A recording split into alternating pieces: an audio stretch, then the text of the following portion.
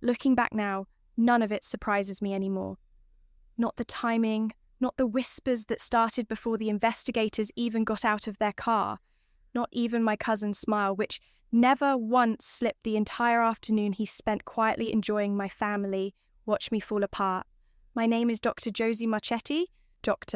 I've been a veterinarian for 11 years, and this is the story of the one summer my own family decided in about 90 seconds that they'd rather believe a stranger's anonymous tip than 11 years of knowing me.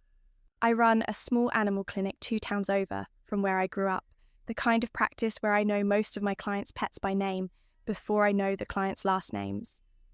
I've built that clinic slowly and carefully since vet school. No shortcuts, no corners cut. The kind of reputation that takes a decade to earn and about 90 seconds to nearly lose. I mention that up front because it matters for absolutely everything that comes after. I am, by training and by nature, someone who documents things. Every exam, every conversation with an owner, every concern I've ever had about an animal's welfare written down the same day. Because in this line of work, memory is not evidence. Records are. That habit is also the reason that 3 months before my family's reunion, I filed a formal report with the state's Animal Welfare Division against someone I loved very much, my cousin Dominic. I want to give you one example of how seriously I take that part of the job, because it matters for understanding why I did what I eventually did to my own family. 2 years ago, a long-time client of mine, a kind older man, someone I genuinely liked, brought his elderly cat in for the 3rd time in 6 months with injuries that didn't quite match the story he gave me. I asked careful, specific questions, the way I'm trained to. His answers didn't add up cleanly enough for me to let it go. I filed a report quietly through the same state system, and the resulting welfare check found nothing alarming at all. An anxious old cat prone to falls, a devoted if clumsy owner. I apologised to him personally once I understood I'd been wrong. He told me, generously, that he was glad I'd checked instead of just assuming, because the alternative, a vet who let something slide out of politeness, was so much worse. I've held on to that conversation for 2 years now, because it's the clearest example I have of what this job actually asks of you. You follow the concern wherever it leads, even when it turns out to lead nowhere, and even when it leads somewhere you'd rather it didn't. I had no idea, filing that unrelated report 2 years earlier, how directly it would end up preparing me for what my own family would eventually put me through. Our family holds a reunion every August at my grandparents' old property outside town. 30, sometimes 40 people, 3 generations. The kind of gathering where the kids run wild in the yard until dark, and the adults argue happily about recipes and old grudges in equal measure. I'd been going to that reunion my entire life. It was, up until that August, one of my favourite days of the year. My cousin Dominic, Dom, to everyone, is 2 years older than me. And we grew up close enough that people used to mistake us for siblings at family functions.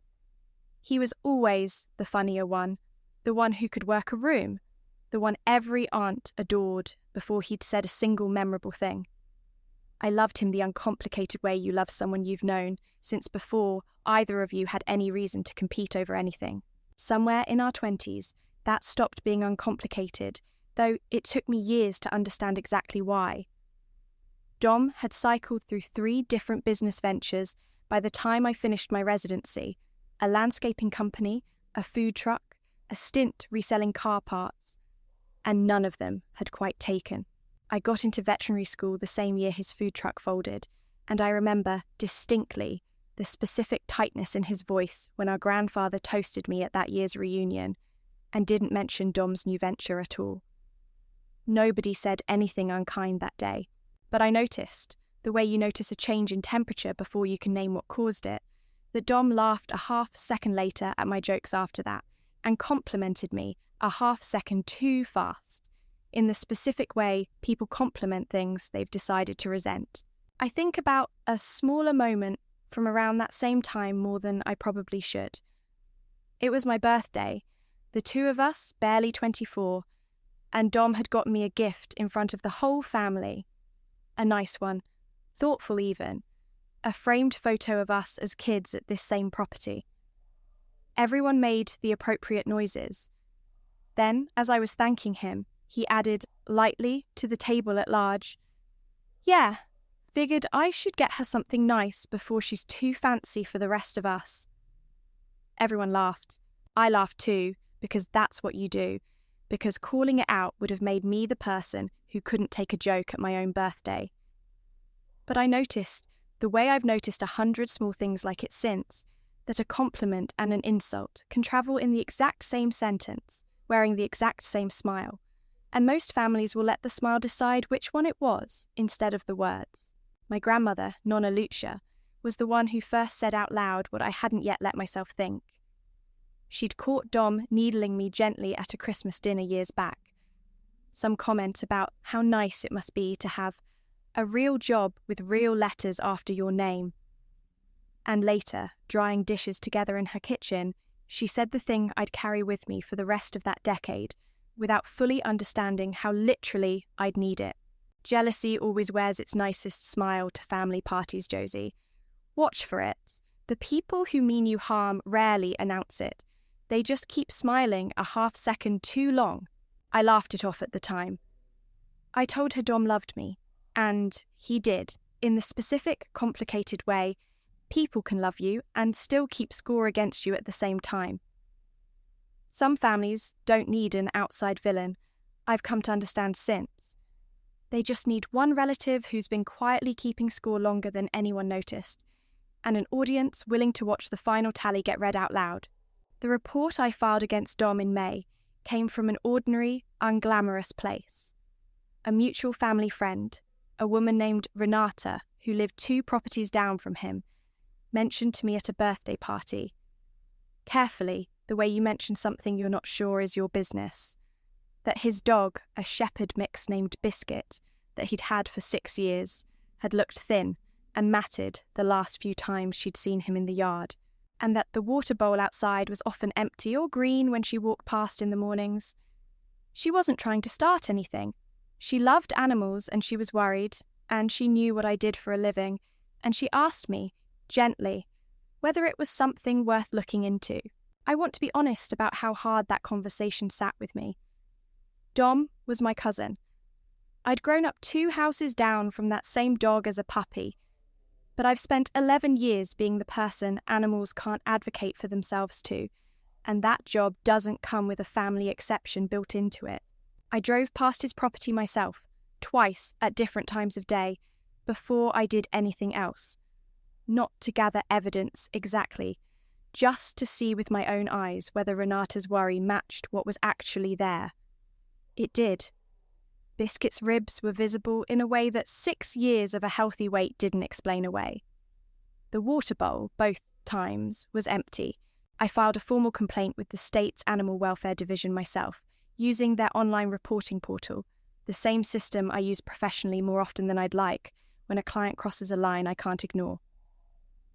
I attached 2 photographs I'd taken from the public roadside, dated and time-stamped automatically the way the portal requires. I did not tell anyone in the family I'd done it. I told myself, and I believed it at the time, that if the state's investigators found nothing concerning, nobody ever needed to know I'd worried at all, and if they did find something, Biscuit needed help a lot more than Dom needed my silence. A caseworker followed up with Dom about 6 weeks later, a wellness check, not an accusation. Standard procedure for a first complaint like this one. I know now, though I didn't at the time, that Dom was given no name attached to the report, only the fact that a concern had been raised. I assumed that would be the end of it. I had no idea. That spring, how much that quiet procedural visit to his property was already rearranging something in him that would come due at the exact moment I could least afford it. I noticed the shift in Dom before I understood what had caused it, the way you notice weather changing before you check a forecast. He started calling me more that June. Nothing dramatic, just texts asking how the clinic was doing, an invitation to a barbecue at his place I hadn't been to in years, a compliment at a cousin's graduation about how proud the family was of me, delivered with a warmth that felt somehow a half second too polished to be entirely comfortable. There's a specific kind of family group chat most people will recognize instantly, and ours has one.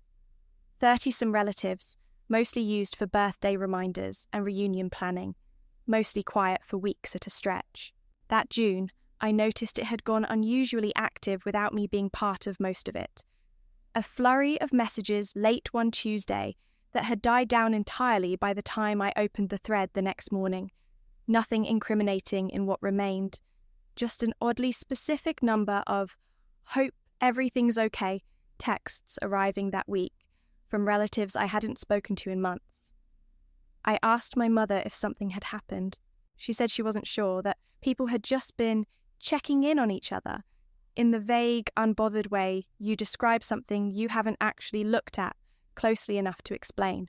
At that same graduation, my Aunt Carol, Dom's mother, pulled me aside and mentioned, almost in passing, that Dom had told her someone from the state had come around asking questions about Biscuit. "Some anonymous thing," she said, shaking her head. "People have too much time on their hands, calling the state over a dog that's perfectly fine. Can you imagine doing that to family, if it even was family?" She said it lightly, testing the water, watching my face while she said it.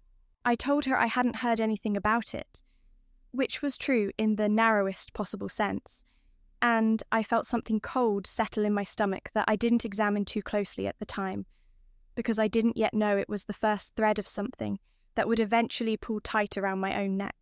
I want to tell you about a specific dinner in July, 3 weeks before the reunion, because I think about it more than almost anything else now.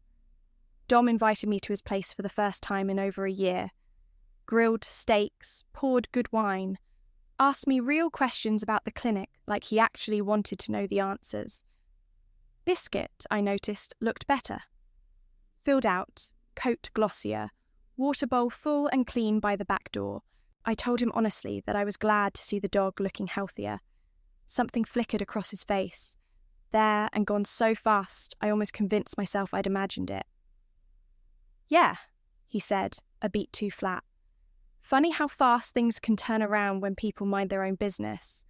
I laughed because it sounded like a joke. It would be weeks before I understood it hadn't been one. The morning of the reunion was, for about 4 hours, exactly the kind of day I look forward to every August. My grandparents' yard was full by 11.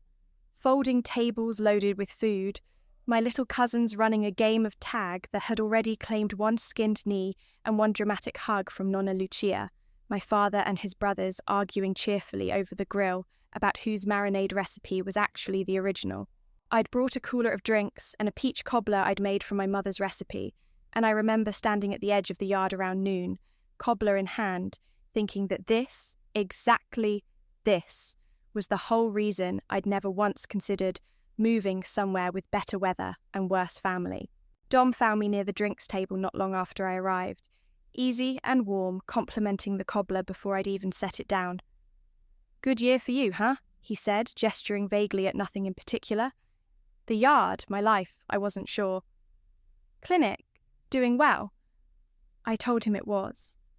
He nodded, smiling, and said, "Must be nice," in a tone so light I nearly missed the edge folded into it. I did notice it, though.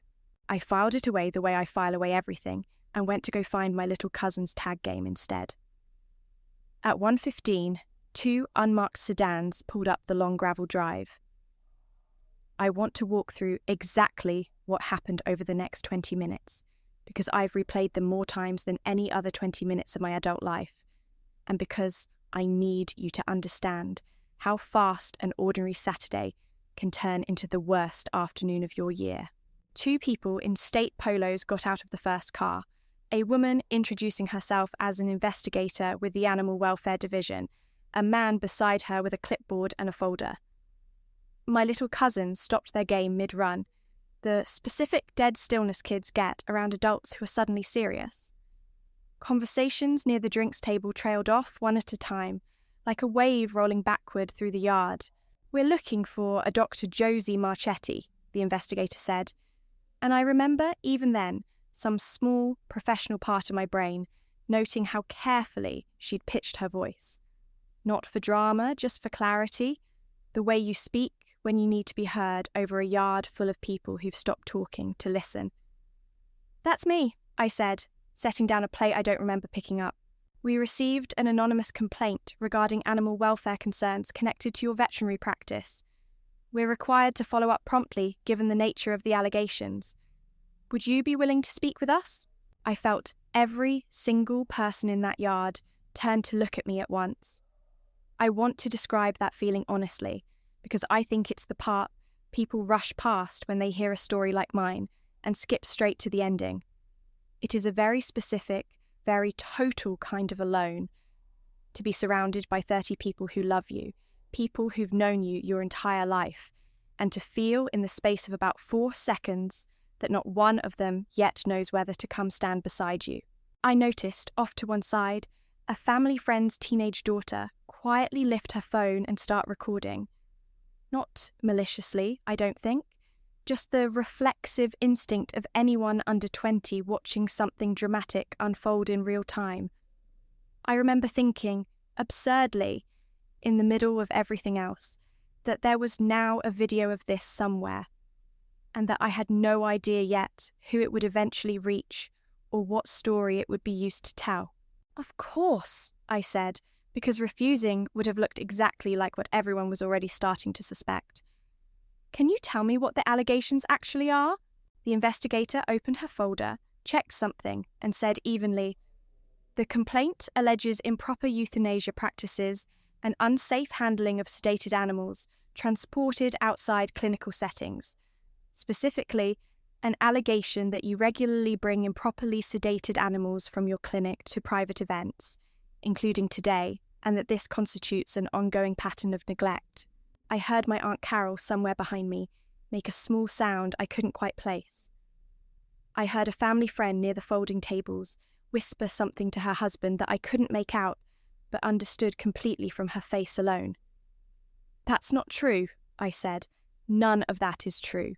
I don't bring animals from the clinic to family events. I never have." "We understand this is upsetting," the investigator said, not unkindly. "Our job is simply to follow up on any report we receive and document what we find. May we look in your vehicle?"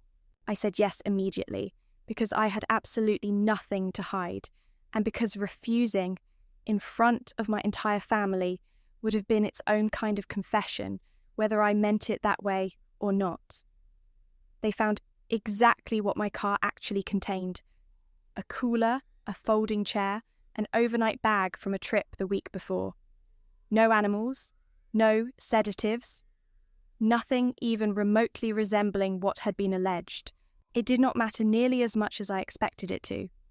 I watched in real time several of the adults in that yard recalibrate their faces only slightly once the search came back clean. Relief for some, but for others, a kind of careful, unconvinced neutrality that told me the accusation itself had already done its work, regardless of what the trunk of my car did or didn't contain. An investigation being opened, I was learning in real time, doesn't require truth to do damage. It only requires an audience. Dom was extraordinary that afternoon, and I mean that with all the bitterness I've earned the right to say it with. He never once raised his voice. He never accused me of anything directly. What he did instead, moving quietly through small clusters of relatives, while the investigators finished their walkthrough of my car, was something far more effective than an accusation, and it took me weeks to fully understand how deliberate it had been. I caught fragments of it later, reconstructed from what people told me afterward, and one piece I actually overheard myself, standing closer to a knot of my father's cousins than Dom apparently realised. "I don't want to say anything," he told them, voice pitched low and careful, the exact register of someone who wants to be overheard saying he doesn't want to be overheard. "But I've heard some things about how she runs that clinic.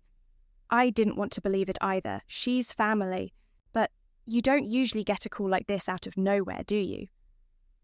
He said it with his hand resting lightly on the arm of the person he was talking to, the universal gesture of someone delivering concern instead of gossip. And I watched the person nod slowly, already halfway convinced, already carrying that half-formed doubt to the next cluster of relatives at the next folding table. My Aunt Carol, his own mother, was harder to watch than almost anyone else that day.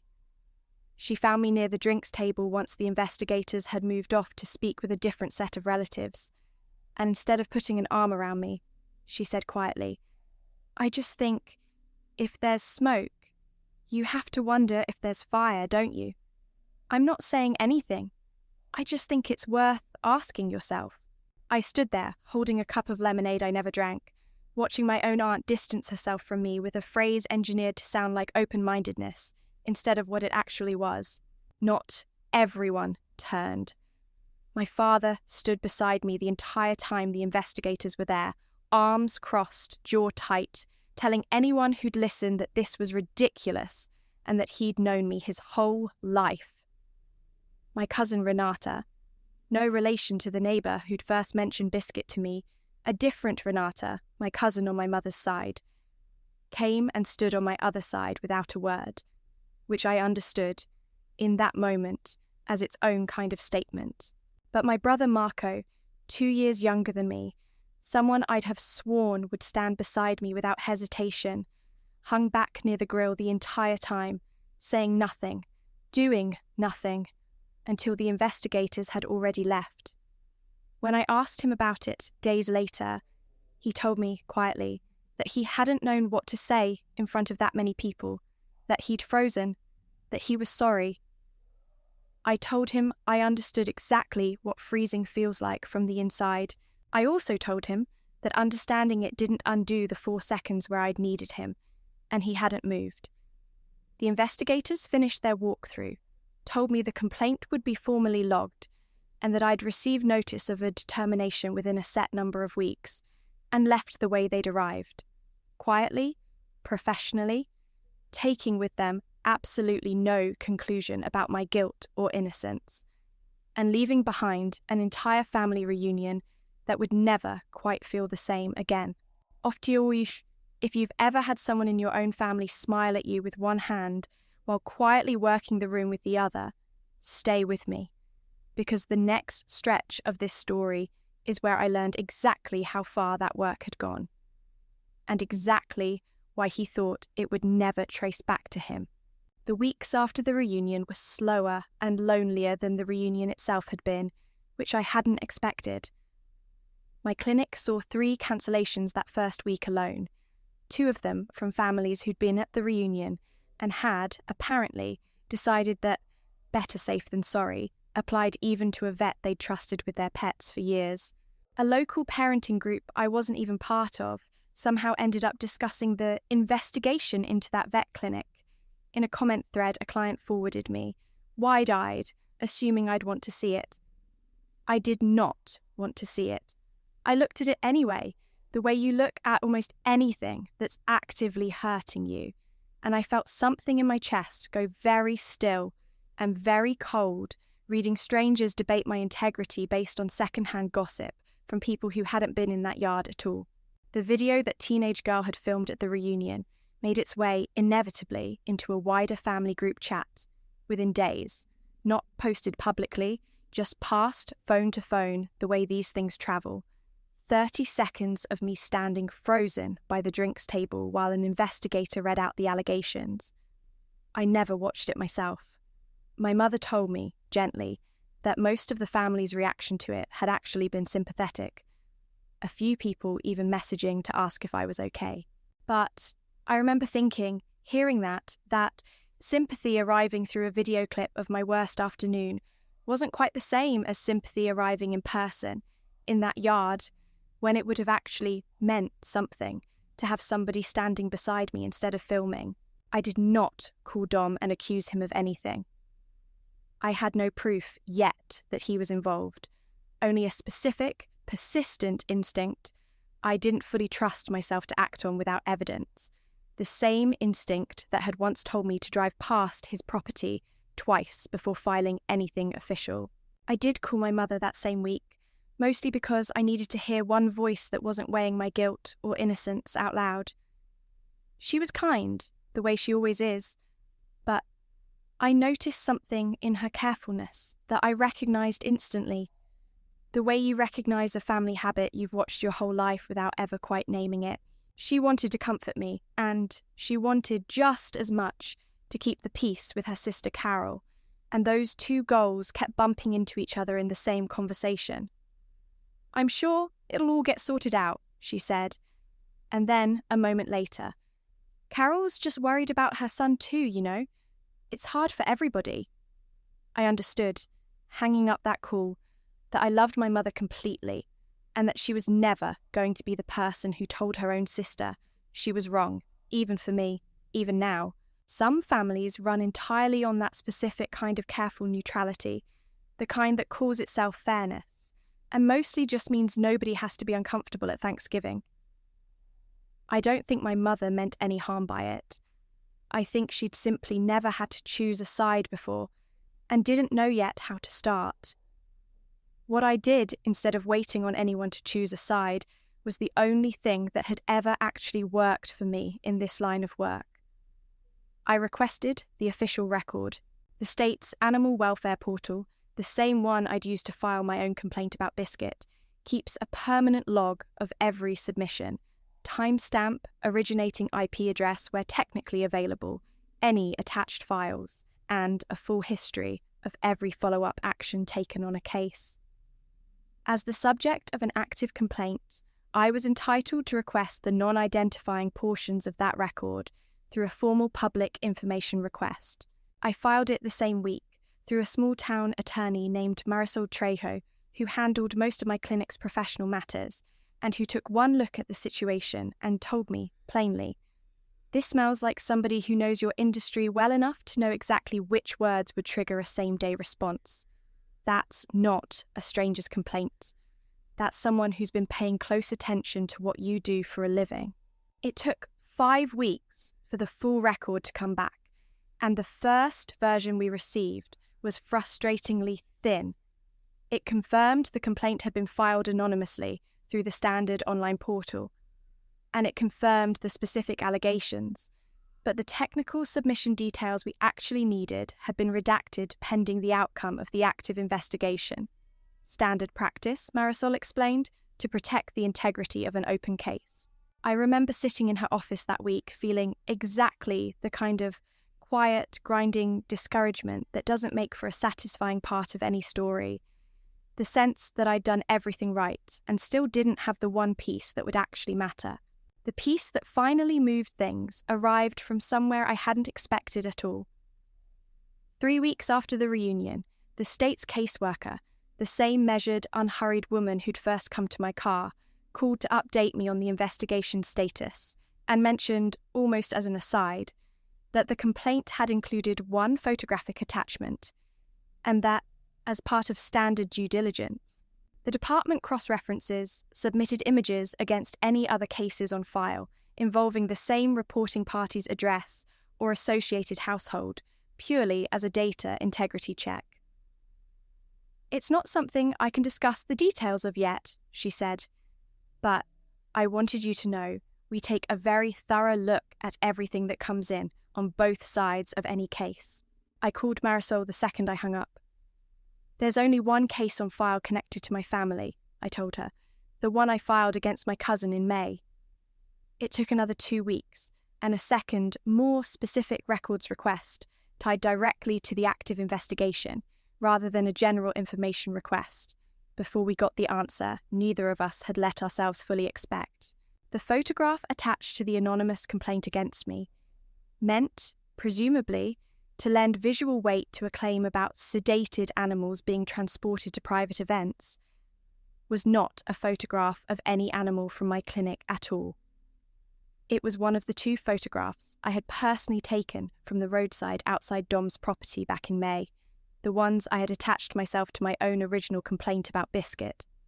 Same file, same embedded metadata, same device signature, same GPS coordinates, tracing to the road outside my cousin's house, same original timestamp from that spring afternoon, buried in the image's own data, the way every photograph carries a quiet, permanent record of exactly where and when it came from, whether the person using it later realizes that or not. Dom had needed a photograph to make his complaint against me look credible, something visual enough to seem like real evidence of neglect. He'd gone looking through his own phone for something he could pass off as concerning, and pulled an old photo he'd been sent months earlier by a neighbour, or possibly seen shared somewhere in the chain of his own investigation's paperwork. A photograph, ironically, of his own dog looking underfed, taken by me, on a road he happened to still have saved somewhere. He had used the exact evidence of his own neglect as the visual proof of mine, apparently never once considering that a photograph carries its own fingerprints, or that the state's system was thorough enough to notice two cases quietly touching the same file. I sat with that discovery for a long time before I felt anything close to relief, because underneath the vindication was something much sadder: the specific, total confirmation that my cousin had not simply gotten caught up in a moment of jealousy at a family party. He had built this, deliberately, weeks in advance, using a piece of evidence from the exact case I'd filed to protect his own dog. Dom's attorney contacted Marisol a week before the scheduled hearing with an offer I turned over in my mind for longer than I expected to. In exchange for my agreeing to withdraw my original complaint about Biscuit and sign a mutual confidentiality agreement covering the entire matter, Dom would not contest the department's findings, and both cases would quietly close without a public hearing at all. Clean, fast, no more of this dragging out for either family, was how his attorney had apparently phrased it. I understood immediately what that offer actually was. Not peace, a trade. My silence about what had happened to me, in exchange for Biscuit going back to being nobody's official concern, monitored by no one, protected by nothing but Dom's own promise that things had already improved. I thought about the dog's ribs that day in May, and about 6 weeks of a state caseworker's oversight being the only reason anything had changed for him at all. I can't take that deal, I told Marisol. Whatever this costs me publicly, I'm not trading a dog's welfare for my own convenience. That's the entire reason I filed the first report in the first place. She told me she'd expected me to say exactly that, and that she'd already started preparing for the hearing regardless. The formal administrative hearing was scheduled for October, in a modest state office building conference room that smelled like every conference room does: old carpet, a coffee maker nobody had cleaned in a while. Dom arrived with his own attorney, which told me, before either of us said a single word, that he understood exactly how serious the state now considered the question of who had actually filed that complaint. The hearing officer, a calm, unhurried woman named Ms. Adeyemi, opened by summarising both cases on the record. The original May complaint regarding Biscuit's welfare, and the anonymous complaint against my clinic filed in early August. Dom's attorney argued, evenly, that the photograph's presence in both files could be coincidental, that images get shared and re-shared, that establishing intent from a single shared file was a reach. Marisol's response was narrow and precise, the same way any careful attorney's response tends to be once the paperwork actually favours them. Miss Adeyemi, I'd like to enter the department's own metadata verification report into the record. This isn't a case of a similar-looking photo. This is the identical file. Same hash, same embedded device ID, same GPS coordinates. Submitted twice, 5 months apart, by 2 different reporting channels. The department's own data integrity check is what flagged this connection in the first place, not my client. She also called one witness of her own, my cousin Renata, my mother's side cousin, the one who'd stood silently beside me in the yard that afternoon, without a word. Renata testified plainly that she'd overheard Dom telling a cluster of relatives, before the investigators had even finished their walkthrough, that he'd heard some things about how I ran my clinic, phrased carefully enough to sound like reluctant concern rather than an accusation. He said it to at least 4 different groups of people that I personally saw, Renata told the hearing officer. Always the same soft voice. Always, I don't want to say anything. He said plenty. Dom's attorney objected that this was hearsay about tone rather than fact. Ms. Adiemi allowed it anyway, noting that a pattern of behaviour witnessed firsthand by a family member present that day was relevant to establishing intent, not merely colour commentary. Ms. Adiemi studied the metadata report for a long moment before asking Dom directly how he had come into possession of a photograph he had never taken himself. He held to a careful, injured version of events for the first several minutes. He'd received the photo from a concerned mutual friend. He wasn't sure who exactly. He'd simply passed it along because he was worried. It was, I'll admit, a reasonably composed few minutes of testimony, delivered with the same easy warmth he'd used his entire life to talk his way past people who wanted to believe him. It was the caseworker's own testimony that finally cracked it. She confirmed, under direct questioning, that the department's records showed no other reporting party ever submitting that image to any case file, at any point, to anyone. That the only 2 appearances of that exact file, anywhere in the state system, were my original May submission and the anonymous August complaint. There was no mutual friend. There was no other source. There were only 2 submissions, both traceable, one to me and one, ultimately, to him. Dom was quiet for a long moment after that, and I watched something in his practiced ease finally give out. I didn't think anyone would ever actually check, he said finally, and his voice had lost every trace of the warmth he'd carried into that room. I found out you'd reported me back in June. Mum let it slip without meaning to, and I put it together myself. I was furious. Not because Biscuit didn't need help. I know now that he did, and I've done better by him since, and I mean that.